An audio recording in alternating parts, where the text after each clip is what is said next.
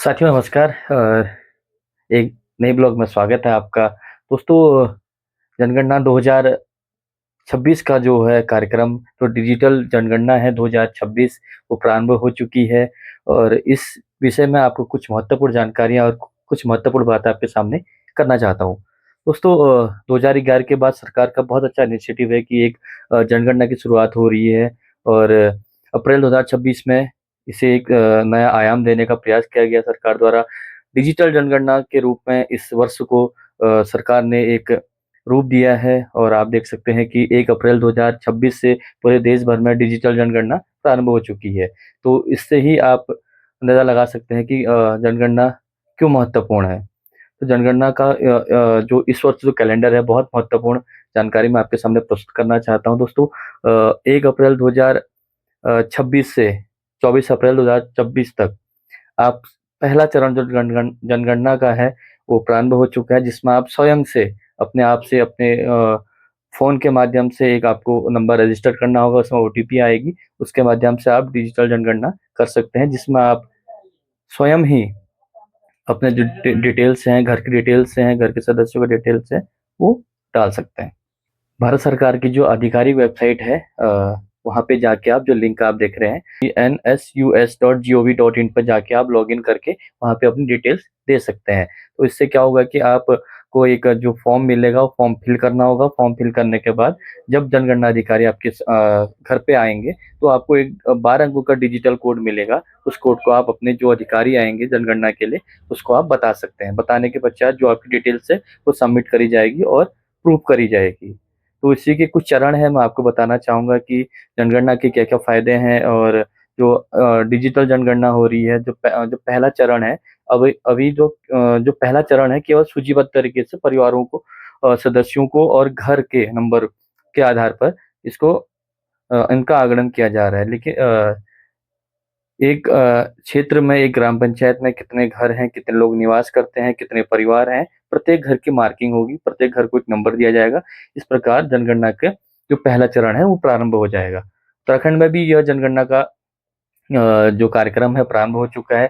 इसके कुछ आपको मैं टिप्स बता दूँ, तो मैं एक आपसे अपील करना चाहूँगा। जनगणना का जो आप शुरुआत कर रहे हैं, जनगणना जो आप अपने आप को दिखा रहे हैं, तो बहुत सारे लोग प्रवासी भारतीय हैं, घर से दूर काम कर रहे हैं, और कोई कंपनियों में है, कोई घर से दूर किराए में रह रहे हैं। तो मैं बताना चाहता हूँ, जैसे मैं पिथौरागढ़ डिस्ट्रिक्ट में रहता हूँ, अगर मेरे घर के बच्चे या घर के सदस्य कहीं किराए पे रह रहे हैं, मैं यहाँ पे रह रहा हूँ, मेरा गाँव जैसे यहाँ पे बांसबगड़ में है, तो मैं अपने आप को कोशिश करना है कि अपने आप की जो जनगणना, स्वयं की जनगणना अपने ग्राम पंचायत के क्षेत्र में ही करें। इससे फ़ायदा क्या होगा कि आने वाले समय में अब इसके बहुत सारे फ़ायदे होंगे, क्योंकि आप अपने आप को अपने गाँव में दिखाएँगे, अपने आप को अपने क्षेत्र में ही, अपने वार्ड में ही, अपने विधानसभा में ही दिखाएँगे। तो इससे आने वाले समय में जो ग्राम पंचायत की छोटी-छोटी ग्राम पंचायतें हैं, इसके गठन में एक रहता है, उसमें एक आर्थिक सहयोग जो सरकार के द्वारा विभिन्न योजनाएँ चलाई जा रही हैं, उसमें एक हमें एक बल मिलेगा। में चाहे आप उसको ले लें, सुविधाओं के क्षेत्र में ले लें, क्योंकि जितना अधिक ग्राम पंचायत की जनसंख्या होगी, सरकारी सुविधाएँ उस ग्राम पंचायत में उतनी ही अधिक आएँगी। छोटी-छोटी योजनाएँ होती हैं, छोटे-छोटे विकास कार्य होते हैं, तो ग्राम पंचायत में अगर अपना नाम अंकित करते हैं, माना किसी ग्राम पंचायत की जनसंख्या 100 है, तो आप बाहर रह रहे हैं अभी, आपने अपने आप को बाहर दिखाएँगे, तो यहाँ पे आप अंकित नहीं हो पाएँगे। कोशिश कीजिएगा कि अपने नाम अपने ग्राम पंचायत में ही अंकित करें, और कोई अधिकारी आपके बाहर जहाँ आप रह रहे हैं, वहाँ पे कहे कि आपकी जनगणना यहीं पे है, तो उनको सुनिश्चित करा लें कि मैंने अपने आप को अपने ग्राम पंचायत में ही रजिस्टर कर लिया है, वहीं पे मैंने अपनी जनसंख्या जो अपना जितने भी सदस्य हैं, मैंने अपने गाँव में ही उसको अंकित कर लिया। अगर आप प्रवासी भारतीय, यानी आप घर से दूर रह रहे हैं, घर से बाहर रह रहे हैं, या किराए में रह रहे हैं, संख्या अधिक होगी ग्राम पंचायत की, तो सरकारी योजनाओं का लाभ भी ग्राम पंचायत के लोगों को उतना ही मिलेगा।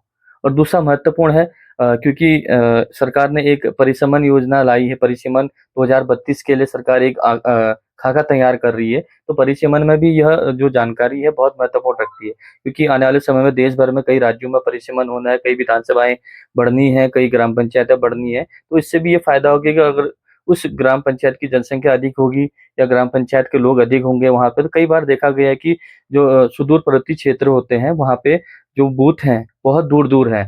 तो अगर ग्राम पंचायत के लोगों की जनसंख्या वहाँ पे अधिक होगी, तो दूर-दूर जो 10 से 12 किलोमीटर देखा है हमने, 5 से 7 किलोमीटर जो बूथ है, वो अपने ग्राम पंचायत में ही बनेगा। इससे परिसीमन में जो भी अगर बूथ केंद्र बनाए जाएँगे, चाहे वो चुनाव के लिए बनाए जाएँ या पंचायती चुनाव के लिए बनाएँ, लोकल चुनाव के लिए बनाया जाए, तो बूथ आपके क्षेत्र में ही बनेगा। इसका बहुत बड़ा ये एडवांटेज भी है, क्योंकि अगर हम घर से दूर अपने आप को दिखाएँगे, तो उससे क्या होगा कि जिस ग्राम पंचायत की जनसंख्या जितनी कम होगी, तो बूथ उतना दूर होगा और सरकारी सुविधाएँ उसको भी उतनी कम मिल पाएँगी।